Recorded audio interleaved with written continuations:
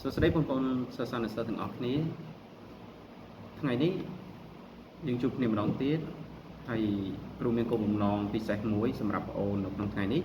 គឺចែករំលែកនៅបញ្ញត្តិថ្មីមួយនៅក្នុងមេរៀនទី1របស់យើងទាក់ទងជាមួយនឹងមេរៀនបញ្ញាដែលបញ្ញត្តិថ្មីនោះគឺបន្តពីបញ្ញត្តិដែលយើងសិក្សាកាលពីថ្ងៃមុនគឺពាក្យថាបញ្ញាអញ្ចឹងតើបងប្អូនដឹងទេថាបន្ទាប់ពីបញ្ញត្តិបញ្ញា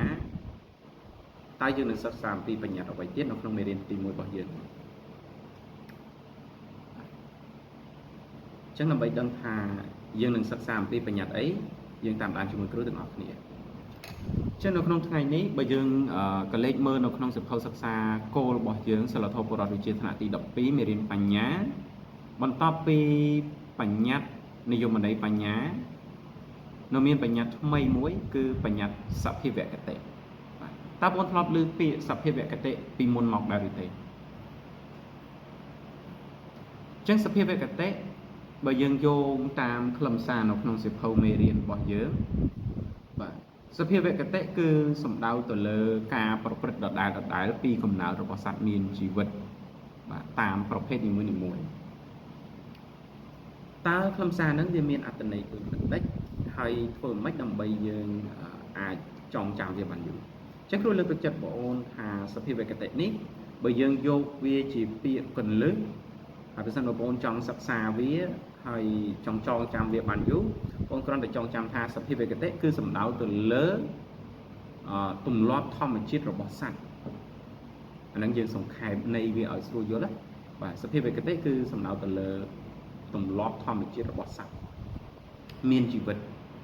ចឹងសត្វមានជីវិតនៅក្នុងโลกនេះគឺវាមានទម្លាប់ពីធម្មជាតិរបស់វាមក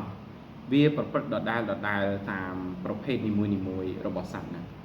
នៅក្នុងសភៅមេរៀនរបស់យើងសិលធម៌ពលរដ្ឋគឺគេបានលើកឧទាហរណ៍អំពីសត្វឃ្មុំ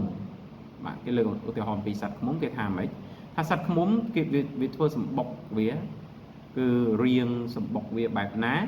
ទោះបីជារាប់ពាន់ឆ្នាំទៅមុខទៀតក៏សម្បុកឃ្មុំក៏នៅតែ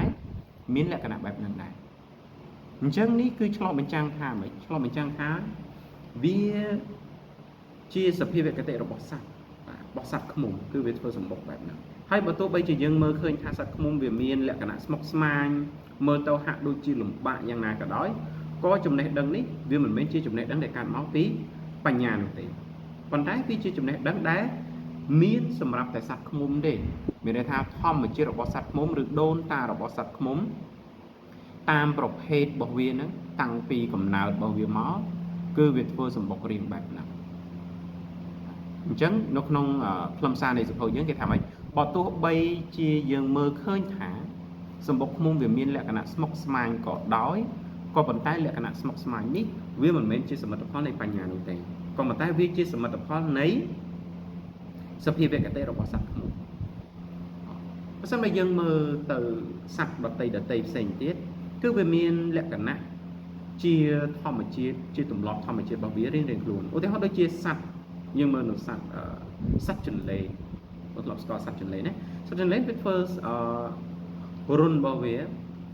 ជំរករបស់វាគឺនៅក្នុងភក់ហើយវាពូនដីនៅតាមគុំស្មៅឬក៏គុំស្រូវអីជាដើមហ្នឹងវាពូនជាដុំឡើងមកបែបហ្នឹងអញ្ចឹងសភាវៈរបស់សត្វចន្លេគឺវាធ្វើបែបហ្នឹងយើងមើលសត្វអីផ្សេងទៀតដែលវាមានវាបានធ្វើឧទាហរណ៍សត្វចាបបាទសត្វចាបសម្បុកសត្វចាបយើងមើលសត្វចាបមានច្រើនប្រភេទប៉ុន្តែចាបមួយប្រភេទនោះគឺវាធ្វើសម្បុកបានស្អាតរៀងមូលធ្លាក់ពីលើមកចាក់ក្បាច់ឡើងស្មុគស្មាញមែនទេក៏ប៉ុន្តែបើទោះបីជាសម្បុកចាបហ្នឹងមើលទៅឃើញថាវាមានលក្ខណៈស្មុគស្មាញយ៉ាងណាក៏ដោយក៏ប៉ុន្តែសម្បុកចាបនោះគឺជាសមិទ្ធផលនៃសភាវគតិតែប៉ុណ្ណោះមានន័យថាវាមិនមែនជាលទ្ធផលនៃបញ្ញានោះទេបាទដូច្នេះយើងទាញសេចក្តីថាម៉េចទាញសេចក្តីថាសភាវគតិគឺសំដៅទៅលើបាទគឺសំដៅទៅលើការប្រព្រឹត្តដដែលពីកំណើតរបស់សត្វមានជីវិតទៅតាមប្រភេទនីមួយហើយចំណេះដឹងបែបសភាវគតិនេះគឺជាចំណេះដឹងដែលចង្អៀតចង្អល់ជាចំណេះដឹងដែលរឹងត្អឹងជាចំណេះដឹងដែលមិនមានការរីកចម្រើនជាចំណេះដឹងដែលមានព្រំដែន ជាចំណេះដឹងមួយដែលមានដែនកំណត់